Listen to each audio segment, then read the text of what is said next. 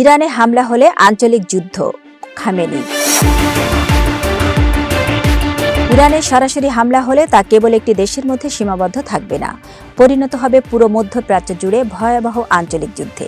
এমনই কঠোর বার্তা দিয়েছেন ইরানের সর্বোচ্চ নেতা আয়াতুল্লাহ আলী খামেনি।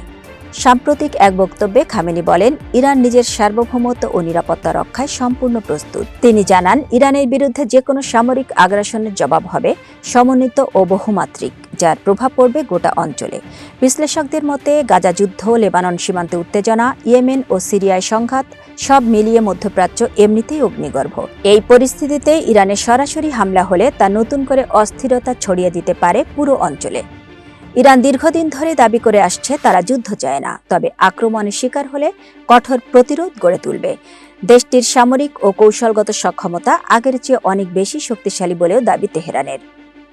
এদিকে আন্তর্জাতিক মহল পরিস্থিতি নিয়ে গভীর উদ্বেগ প্রকাশ করেছে। কূটনৈতিক সূত্রগুলো বলছে, ইরানকে ঘিরে যে কোনো বড় ধরনের সামরিক সংঘাত বিশ্ব অর্থনীতি, জ্বালানি বাজার এবং আঞ্চলিক নিরাপত্তায় মারাত্মক প্রভাব ফেলতে পারে। সব মিলিয়ে খামেনির বক্তব্য নতুন করে সতর্ক সংকেত দিচ্ছে, ইরানের হামলা মানেই শুধু একটি দেশের সঙ্গে সংঘাত নয়, বরং পুরো মধ্যপ্রাচ্যকে ঠেলে দেওয়া হতে পারে এক অনিশ্চিত যুদ্ধের দিকে।